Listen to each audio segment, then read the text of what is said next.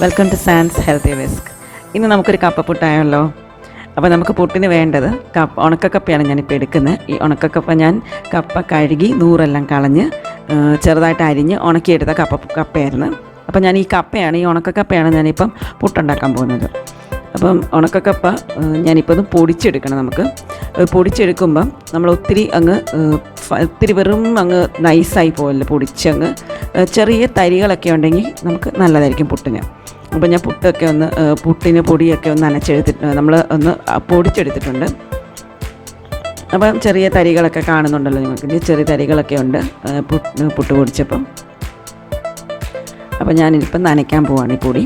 അപ്പം പൊടി നനയ്ക്കുന്നതിന് ഞാൻ 1/2 സ്പൂൺ ഉപ്പ് എടുത്തിട്ടുണ്ട്. 1/2 സ്പൂൺ ഉപ്പും അതിൻ്റെ കൂട്ടത്തിൽ സ്വല്പം ജീരകം, കുറച്ച് ജീരകം മതി ഒന്ന് സ്പ്രെഡ് ചെയ്യാൻ വേണ്ടി പൊടിക്കകത്തോട്ട്. അപ്പോൾ അതിനൊരു ടേസ്റ്റും ഒരു ഫ്ലേവറും ഒക്കെ നമുക്ക് കിട്ടും. അപ്പോൾ ജീരകവും എടുത്തു. ഞാനിനി കുറച്ച് തേങ്ങ, ഞാൻ 1/2 കപ്പ് തേങ്ങയാണ് എടുക്കുന്നത്. 1/2 കപ്പ് തേങ്ങ കുറേശ്ശെ ഈ പൊടിക്കകത്തോട്ട് ഇട്ടാണ് നമ്മൾ നനച്ച് എടുക്കുന്ന പൊടി. അപ്പോൾ തേങ്ങ നമ്മളിങ്ങനെ കുഴച്ചിങ്ങനെ എടുക്കുമ്പം ആ തേങ്ങയ്ക്കകത്തുള്ള പാലും ഒക്കെ കൂടെ ഇറങ്ങി നമ്മുടെ പുട്ടിന് നല്ല ടേസ്റ്റ് ആയിരിക്കും. അപ്പോൾ അതിൻ്റെ കൂട്ടത്തിൽ കുറേശ്ശെ വെള്ളവും കൂടെ ഒഴിച്ചു കൊടുക്കുന്നുണ്ട്. അപ്പോൾ ഞാൻ എടുത്തു വെച്ചിരുന്ന 1/2 കപ്പ് തേങ്ങ ഞാൻ കുറേശ്ശെ ഇടയ്ക്കിടയ്ക്ക് ഇട്ടാണ് ഞാൻ കുഴയ്ക്കാൻ പോകുന്നത് മാവ്, ഈ പൊടി. അതിൻ്റെ കൂട്ടത്തിൽ വെള്ളവും കൂടെ ഒഴിച്ച് നമ്മൾ ഇടയ്ക്ക് ഒന്ന് നനച്ച് കൊടുക്കുന്നുണ്ട്.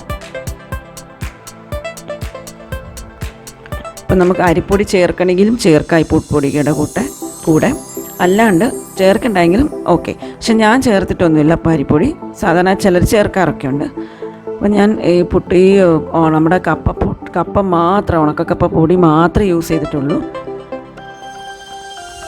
കണ്ടില്ല, നമ്മൾ സാധാരണ ഒരു പുട്ടിൻ്റെ പൊടി നമ്മൾ എങ്ങനെ നനച്ചെടുക്കുന്നോ അതേ രീതിയിൽ തന്നെ നമുക്ക് ഈ പുട്ടിൻ്റെ പൊടി നമുക്ക് വന്നിട്ടുണ്ട്.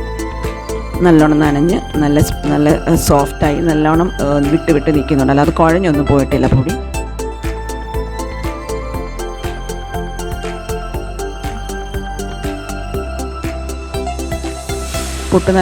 ഞാൻ പൊടി നനച്ചിട്ടുണ്ട്. പൊടി നനച്ച് ഞാൻ 5-10 മിനിറ്റ് ഒന്നും വെക്കാനൊന്നും വെക്കുന്നത്. ഞാൻ ഡയറക്റ്റ് അങ്ങ് പുട്ടുണ്ടാക്കും. നമുക്കൊരു 10 മിനിറ്റ് 20 മിനിറ്റ് വെക്കണമെങ്കിലും വെക്കാം, ഒന്നുകൂടി സോഫ്റ്റാവും. ഞാൻ പക്ഷേ ഡയറക്റ്റ് അങ്ങ് പുട്ടുണ്ടാക്കുമായിരുന്നു. അപ്പം ഞാനൊരു ചിരട്ടപ്പുട്ടിൻ്റെ ഒരു കുറ്റിയാണ് എടുത്തത്. അതിന് ഞാൻ തേങ്ങ ഇട്ടിട്ടുണ്ട്. അതിനകത്തോട്ട് നമുക്കിനി പൊടിയും കൂടെ ഇട്ട് കൊടുക്കാം. പുട്ടുപൊടിയും കൂടി ഇട്ട് നമുക്ക് തേങ്ങയും കൂടെ മേളിലിട്ട് നമുക്കൊന്ന് ക്ലോസ് ചെയ്യാം.